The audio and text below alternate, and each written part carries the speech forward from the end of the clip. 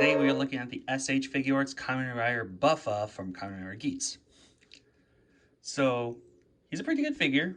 Everything you hear, everything you see about his left arm is true, sadly.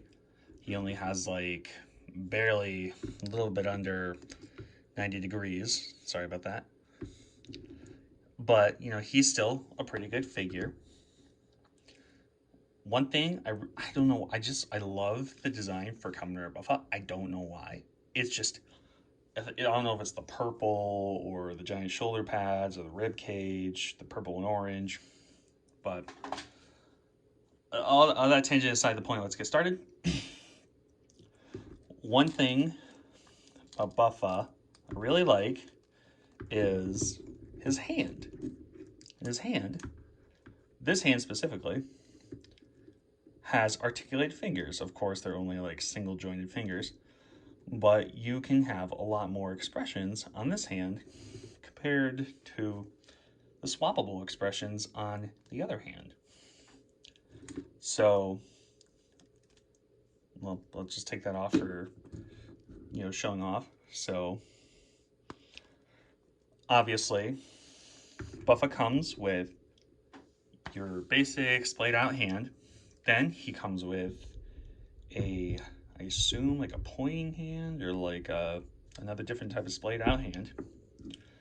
Then he comes with a kind of grippy hand, so you can grip different buckles or just gripping other things, kind of like his weapon. Then he comes with a fist, like, every rider should at least. Then some character-specific ones. Buffa comes with a blank faceplate for entry form, a faceplate, if it wants to, work with me, a faceplate to work with Geats, because these figures do change. They do for the revolve-on gimmick. They don't revolve themselves, but the chest and the lower legs and the upper body, or the head, swap out. Then to go with the entry form mouth plate, he comes with entry form eyes, some blank eyes. He comes with his, I almost call it the Gashapon breaker, but it's the, I think it's the zombie breaker. His like chainsaw weapon that he can like rail back and forth, or whatever this is. Like, I can't remember. I haven't watched Geats at least since the debut of Mark III of Geats, so you can kind of tell where I'm at. So his articulation is actually pretty decent. The entry form legs, funny enough, I don't have entry form yet, so Buffa is actually my introduction to entry form legs. So his entry form legs are actually pretty good. He actually has, yes, actually has like a wider kicking range, I feel, than Geats. It's kind of all the same. My joints on Buffa are actually pretty tight.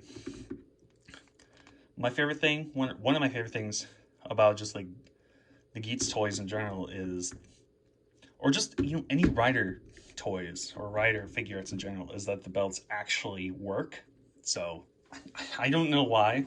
I just, like I said, I think I said it before, I really like the design of Buffa with those like giant shoulder pads. Don't follow me?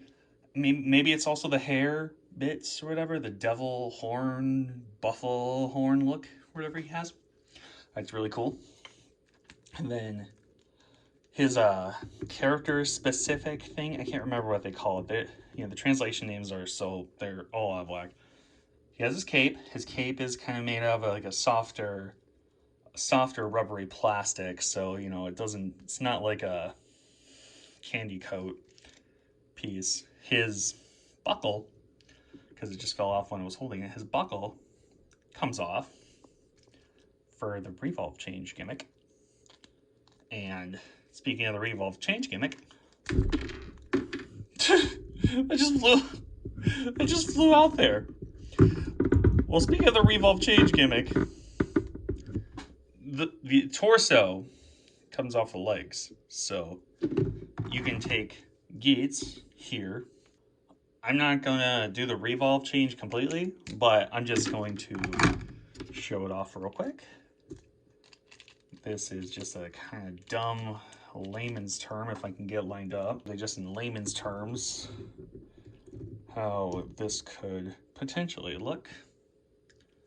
And obviously the head comes off and everything, so I'm not going to do the whole change, but put that back there. Just put it back on, line it up. I don't know if it's just I have bad eyesight or this copy of Buffa is just really awkward to put back together because he doesn't want to clip together. You gotta line it up with your eyes. But I'm gonna reiterate, Buffa is just really fun. But no, Buffa is really fun. I'm just gonna get him standing straight up because we're gonna get into the size comparisons now. Whew. And now, and here we have the Lightning Collection Putrid for a size comparison. So we have the American 1/12 versus the import 1/12. And then for fun, we have the Masters of the Universe Origins Roboto in a more upright position. But for the shits and giggles, we'll put him into a more classic position so you can just kind of get a feel of that. Then see. Sorry, I had to grab a couple things.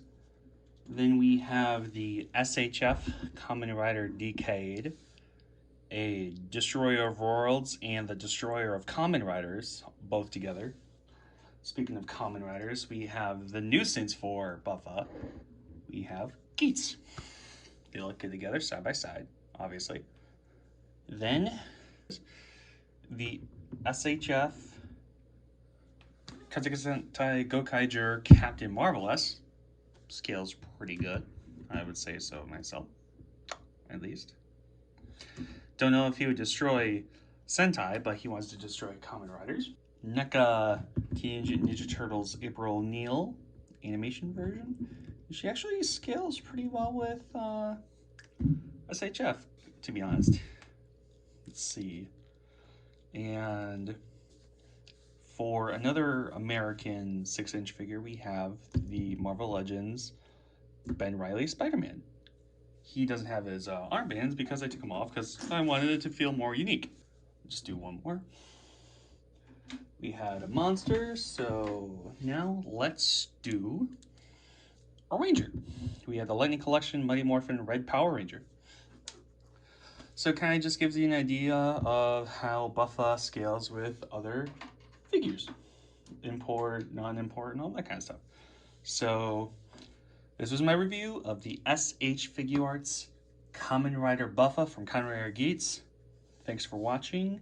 Check out all my socials, and if you want me to do more, let me know. I'll catch you guys on the flip side.